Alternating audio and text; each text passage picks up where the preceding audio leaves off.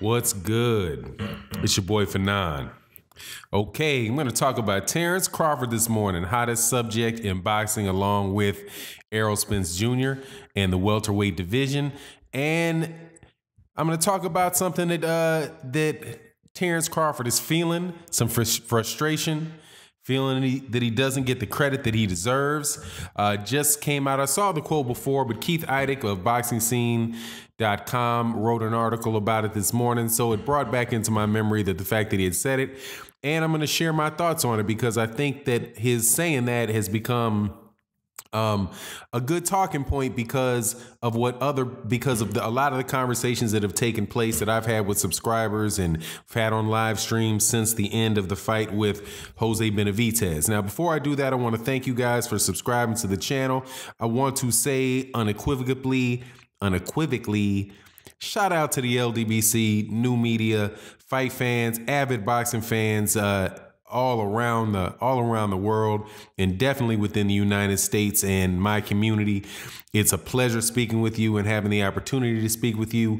Thank you for subscribing. If you're not subscribed, please subscribe and hit the bell icon. That way you can be notified when we release more videos, when we do the live streams. And thank you to everybody that donates to the channel by watching the videos. We put ad in the videos. Thank you so much for continuing to support me.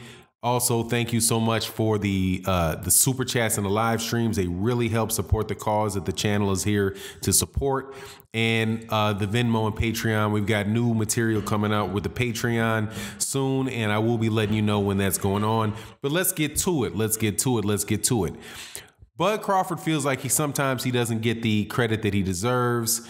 And let me read the quote. He says, "It can be frustrating at times because I feel like I don't get the credit I deserve. So I get a little frustrated, but at the same time, like you said, it's out of my hands. I can't do nothing about it, but continue to do what I do inside of the ring." They're going to say, oh, Benavidez wasn't nobody. He didn't beat nobody. He had a messed up leg. They're going to bring up so much about him to discredit me from what I did, just like he discredited me for fighting Jeff Horn.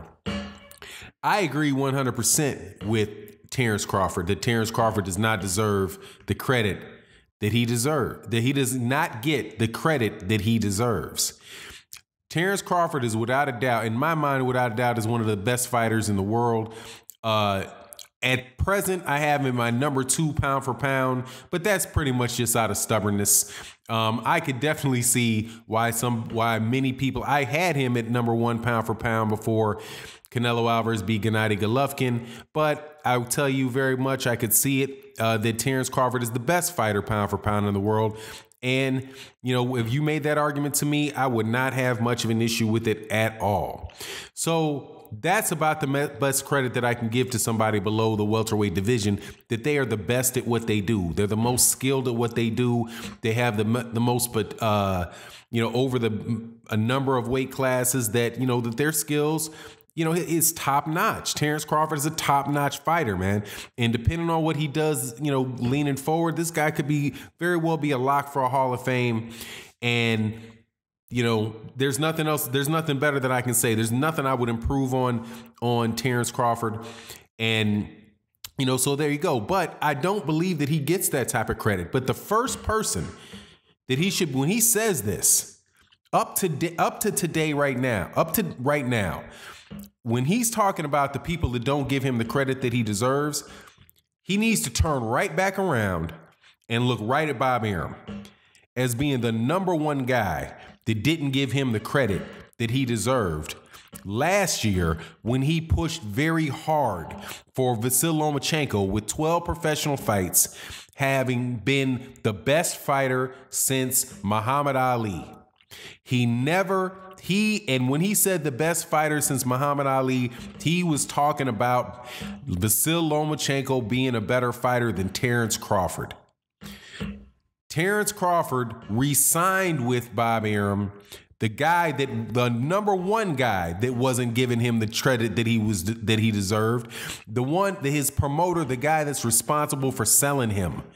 Now, since he moved from Showtime, but things are getting better for Things are getting better for Terence Crawford relative to Top Rank, because now that they've moved to ESPN and they're no longer over there at HBO, another organization that never gave Terence Crawford the credit that he deserved, didn't give Andre Ward the credit that he deserved. Now it seems that you have the upper level management in ESPN saying that they want Terence Crawford to be the face of ESPN boxing. So it seems as if times are getting better, but it wasn't too long before. It hasn't been long since Terence Crawford was standing there in an interview with Teddy Atlas on ESPN with Andre Ward and Teddy Atlas right in the face of both of those guys. Andre Ward being at the time the clear top pound for pound fighter in the world, and Terence Crawford, who in my mind was number 2, maybe number 3 with Canelo Alvarez because of the resume that Canelo Alvarez has. But skill for skill, I would put Terence Crawford above Canelo Alvarez. The resume, Canelo Alvarez, the skills, Terence Crawford, and the upside, Terence Crawford. But right there with those two guys there, who are the ones talking about Vasyl Lomachenko being the number 1 pound for pound guy in the world with 12 professional fights? ESPN, Teddy Atlas.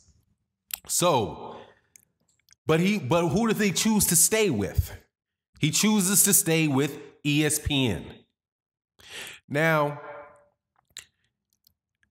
the issue that I think that Terence Crawford is going to have going forward, and the frustration that he's going to have going forward, and that is most prevalent now, is the credit that he gets relative to the other welterweight champions.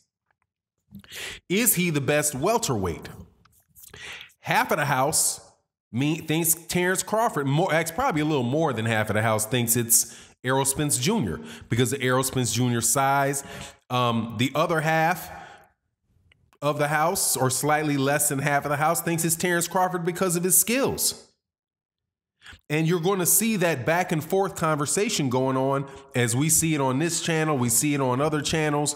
We see it throughout the conversation take place throughout the American boxing world of, who's better between the two. But how will he get the credit? If he believes that he deserves the credit for being the best welterweight, he's not going to be able to get that credit if he doesn't fight the other welterweight champions. And Bob Arum said, relative to when he was referring to Sean Porter and Keith Thurman, that he pronounced that they weren't on Terence Crawford's level, and he's not interested in those fights. I am almost certain that the next fight for Terence Crawford is going to be Egis Kavanaughis, or it's going to be the other Bautista, the other welterweight, the Russian welterweight that's represented by Top Rank, or it could possibly be Carlos Adames, maybe in a fight or two. But Bob Arum does not want to make the Terence Crawford Errol Spence Jr. until it gets to pay-per-view. He might say things like, I would love to make the fight. That doesn't mean that but he wants to make it in a scenario that makes the most sense for him. And in the past, he said that needed to be, multiple times in the past, he said that needed to be a pay-per-view fight. So I don't believe that is going to happen for them next or the fight after that, maybe not even the fight after that. If it goes the route of a Floyd Mayweather Manny Pacquiao, and both of those fighters do get to be pay-per-view attractions, then they're going to have 2 or 3 pay-per-view attractions before they fight each other. And that is going to postpone Terence Crawford getting the credit that he deserves if he's able to beat Errol Spence Jr. I'm leaving my opinion out of this. Right? There's people like Leon Muhammad who thinks Terence Crawford is going to win. There's people like out of the Maywood Boxing Club that said, Mayweather Boxing Club that say Terence Crawford can beat any welterweight except for Errol Spence. That's a bad fight for him.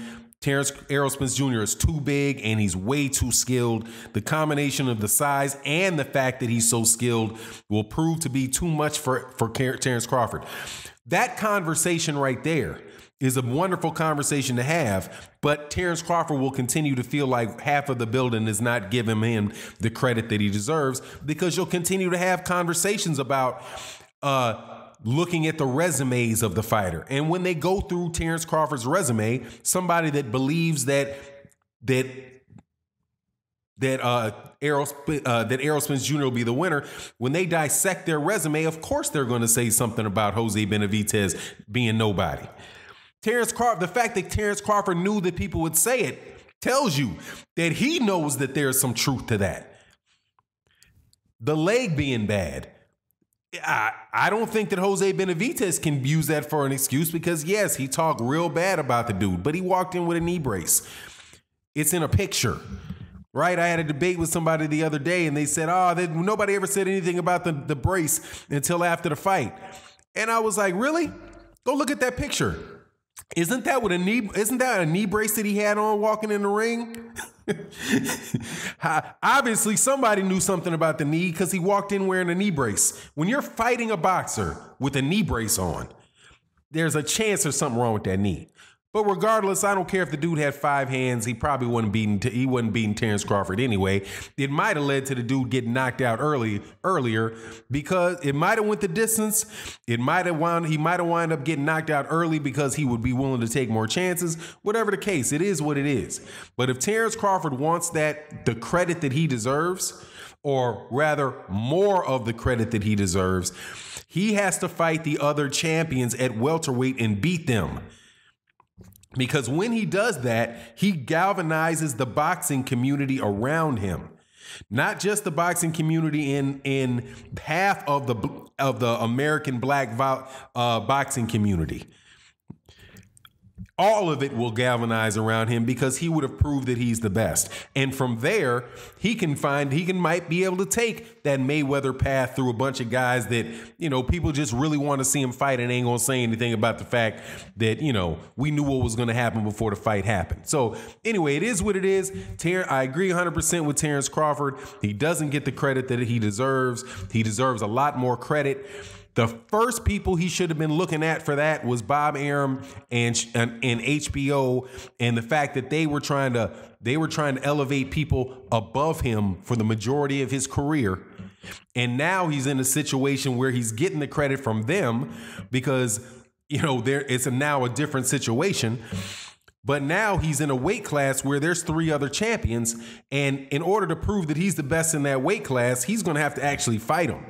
Because although there's many people that believe that he is, until he proves it in the ring, the detractors are always going to have fuel. They're always going to have something that they can say about it in his own natural fan base, right? The people outside, they'll always, people that are just, as soon as cats like in the LDBC or new media or just general, get really all the way behind them, then the people that support him now are going to jump off his bandwagon. But it'll be a huge net gain for him if he's able to pull that out. Anyway, so thank you for tuning into the channel. If you're not subscribed, please subscribe and hit the bell icon so you'll know when we release more videos. And with that, I'm out. Peace.